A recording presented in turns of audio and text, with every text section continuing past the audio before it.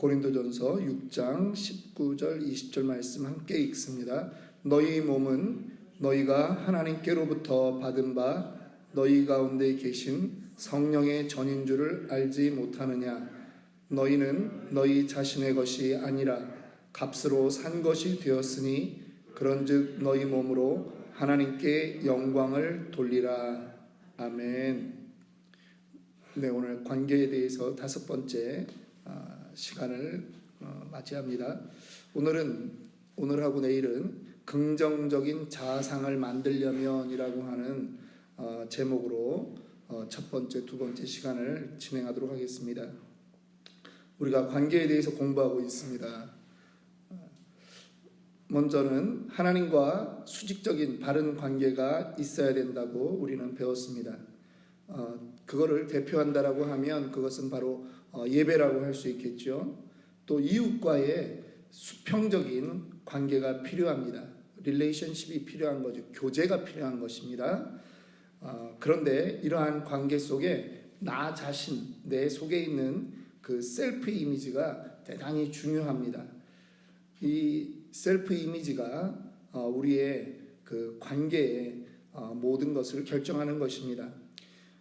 오늘은 그 건강하고 긍정적인 자아상을 형성하는 그 두 가지 요소만 먼저 좀 살펴보려고 합니다.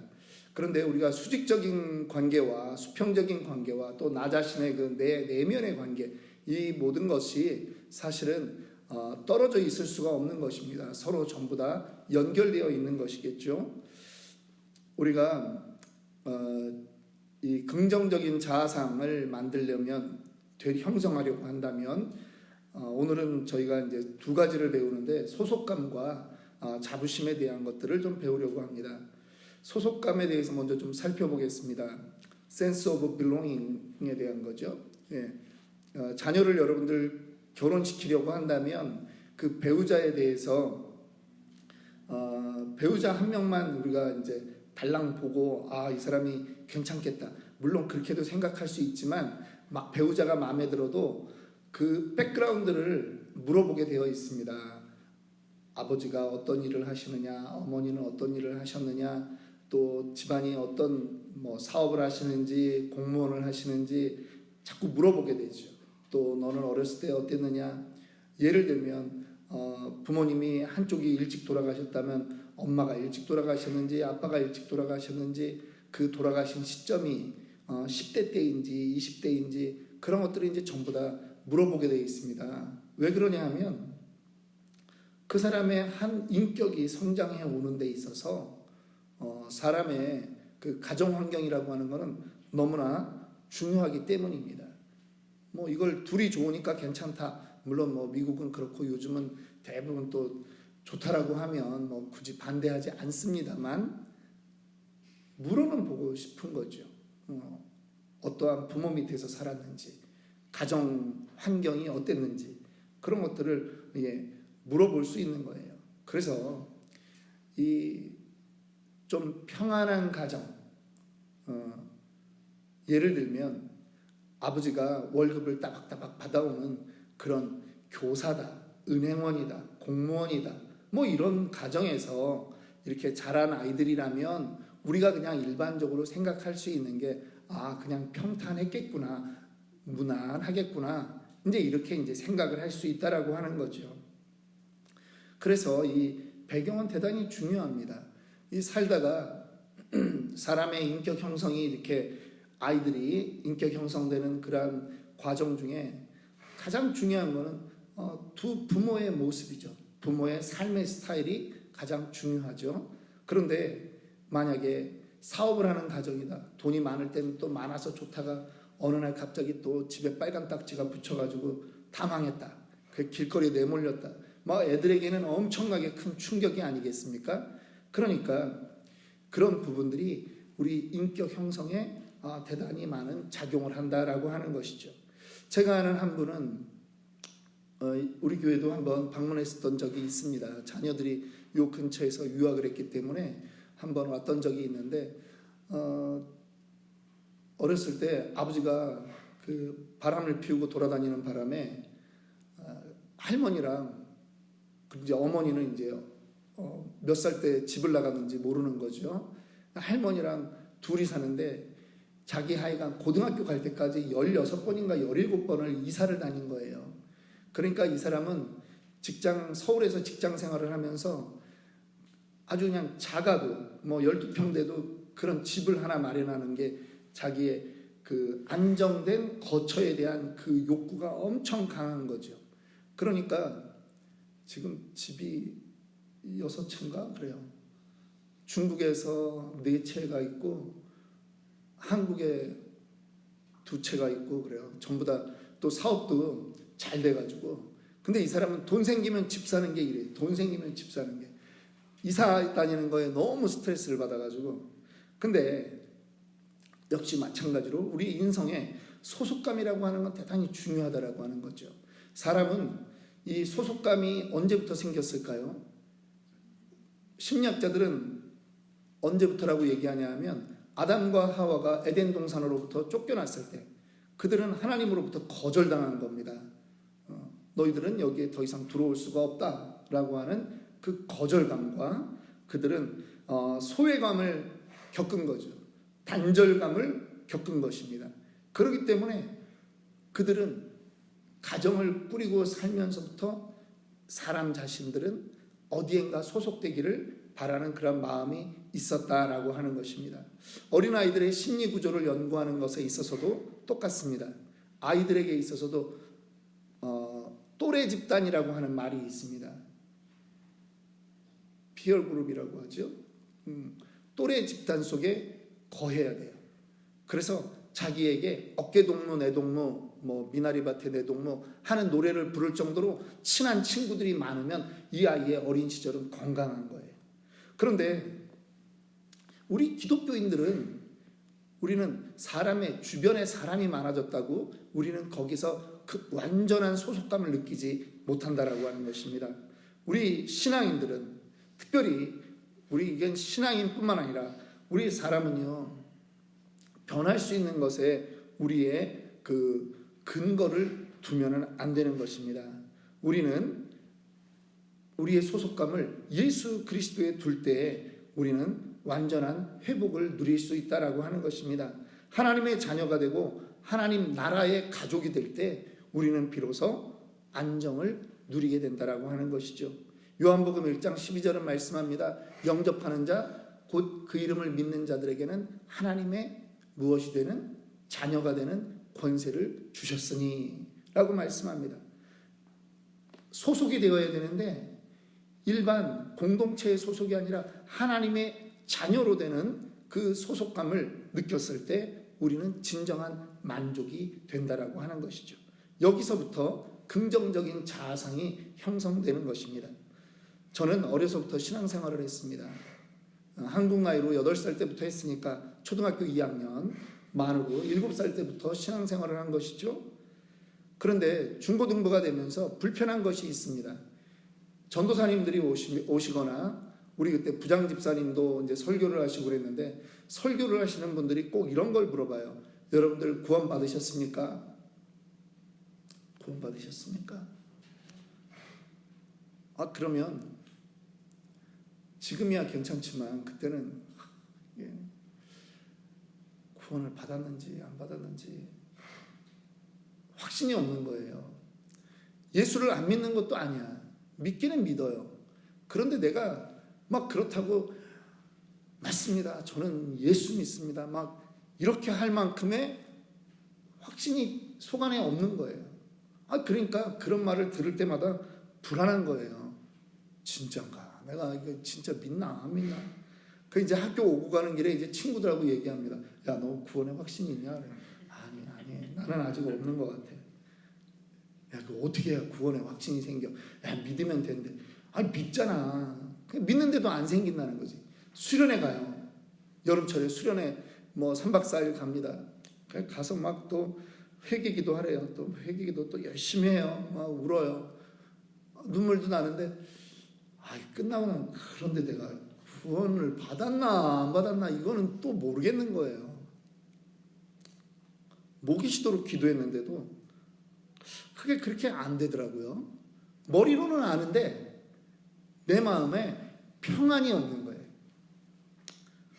근데 구원의 감격이 사람마다 조금씩 다를 수 있겠지만, 이게 구원은요 분명히 이렇습니다.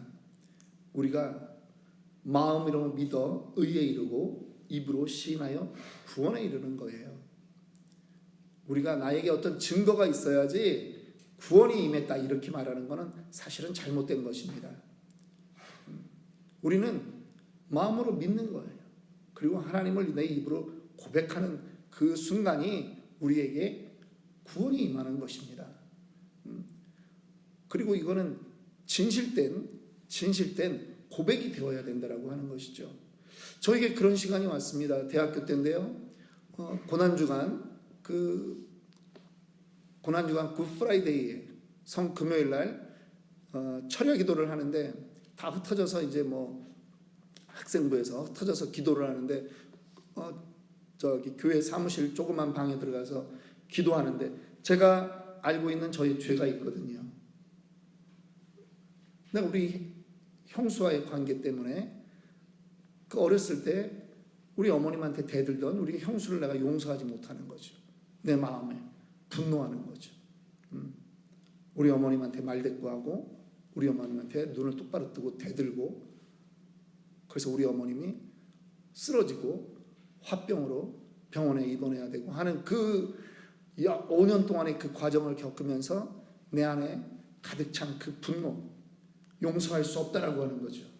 그런데 그것이 저의 죄악이라는 것을 내가 그 순간에 그 과거에도 알고 있었지만, 그 시간에 내가 이게 하나님이 나를 용서하지 않는, 내가 남을 용서하지 않으니까 하나님도 나를 용서하지 않는구나라고 하는 그거를 깨달으면서 기도하게 되었습니다.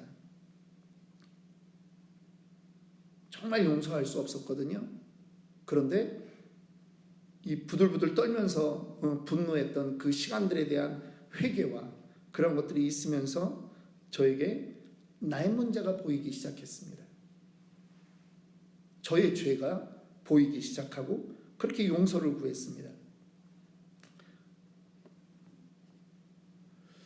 그 다음 날이 되었는데 세상은 똑같고 나는 똑같은데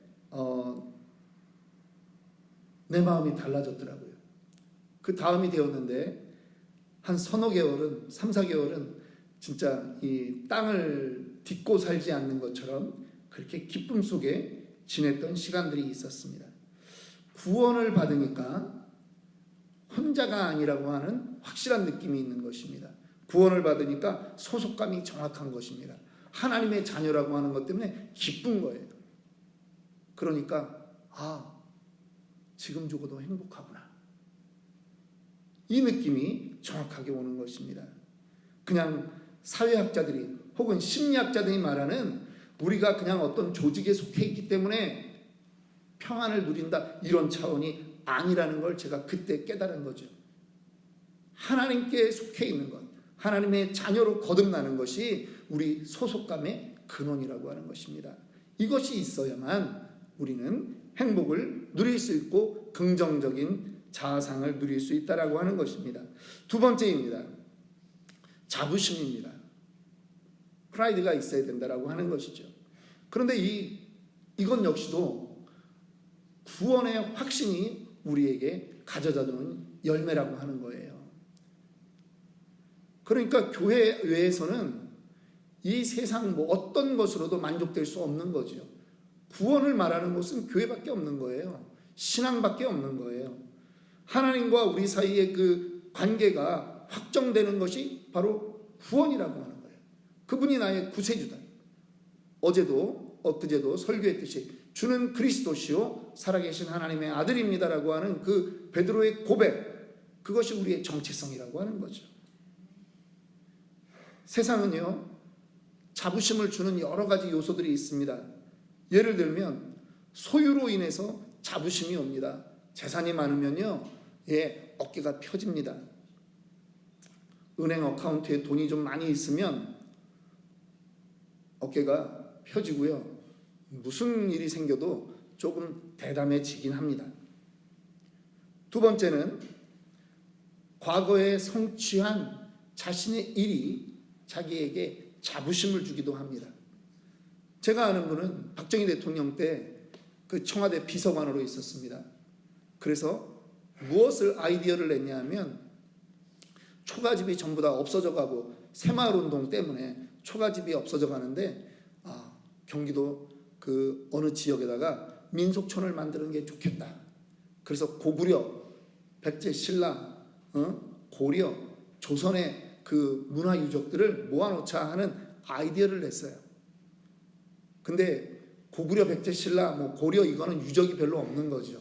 그래서 뭐만 조선시대의 유적들만 모아놨어요.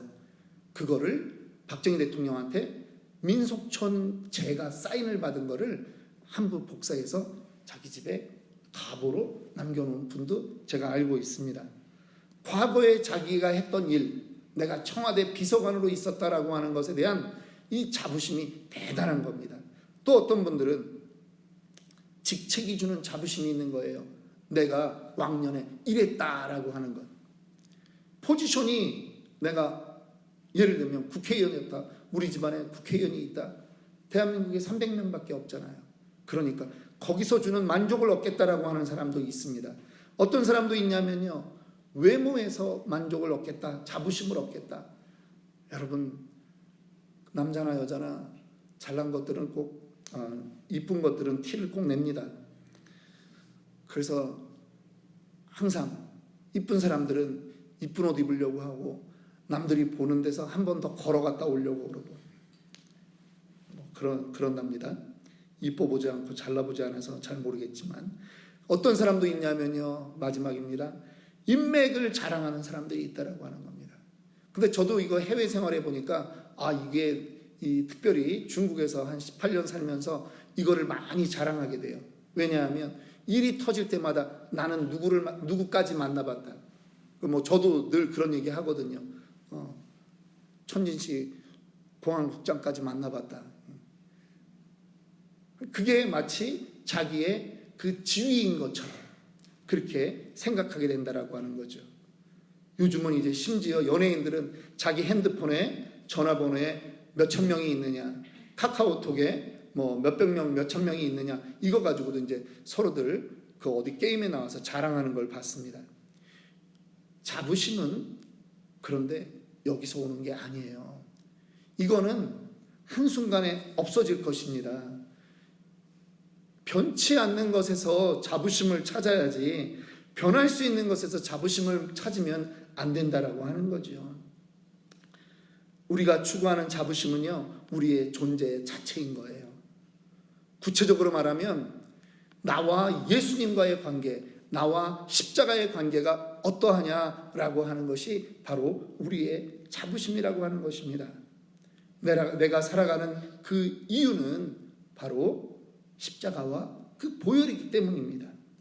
이것만은 변하지 않습니다. 영원히 변하지 않습니다. 우리는 그래서 이 땅이 마지막이라고 생각하고 사는 사람이 아니에요. 우리 기독교 역사에 순교라고 하는 말이 있습니다. 사람들이 어떻게 순교를 합니까? 목숨은 하나인데 순교할 수 있는 이유가 있는 거예요. 그들이 날마다 성전에 있거나 집에 있거나 예수는 그리스도라고 가르치기와 전도하기를 그치지 아니하니라. 예수가 그리스도예요. 예수가 내 생명이에요. 예수가 나를 살리고 예수가 십자가에 죽었다가 부활하셨어요. 그러니까 예수님과 똑같이 나도 죽으면 부활하는 거예요.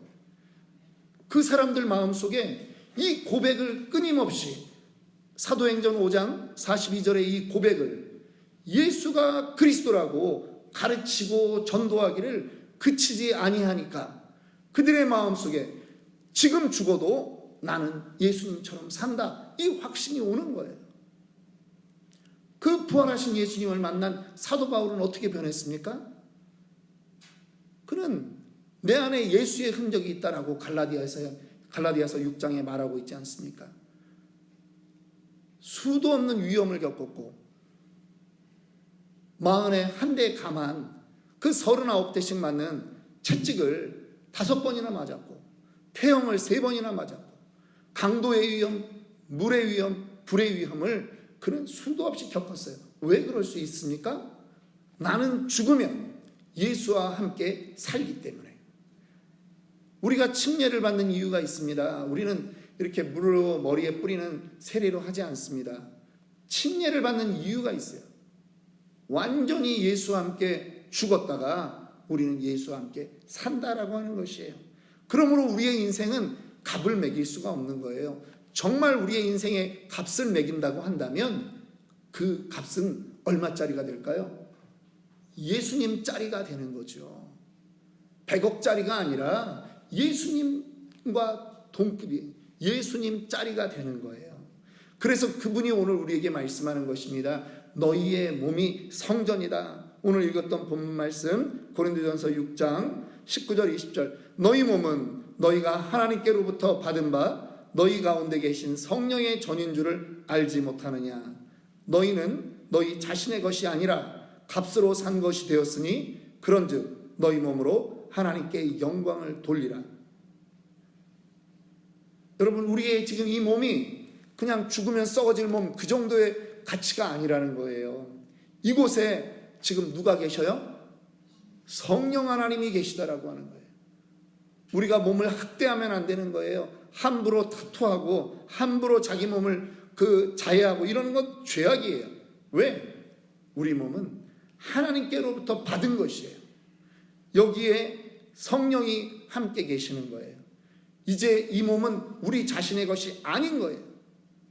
예수 그리스도의 십자가 보혈로 그 값어치를 치르고 산 것이라고 하는 거죠. 그러니까 내 인생은 얼마나 대단한 자부심을 가져야 되는 것이냐 하는 거죠. 우리가 긍정적인 자아상을 가지고 이 땅을 살아가는 데 있어서 우리에게 필요한 것 오늘 2가지 나눴습니다. 소속감, 나는 누구에게 속했느냐? 나는 하나님에게 속해 있는 것이다라고 하는 거예요. 나는 하나님 것이라는 거예요. 2번째, 우리는 자부심이 있는 거예요. 무슨 자부심? 내가 예수의 것이다. 나는 예수님 짤이다. 오늘 그러한 자부심으로 하나님의 영광을 위해 살아가는 저와 여러분들이 되기를 주님의 이름으로 축원합니다. 오늘 이 시간 함께 기도하겠습니다. 기도할 때 오늘 조국 대한민국을 위해서 우리 기도하시고요. 우리 미국 땅을 위해서 기도합시다.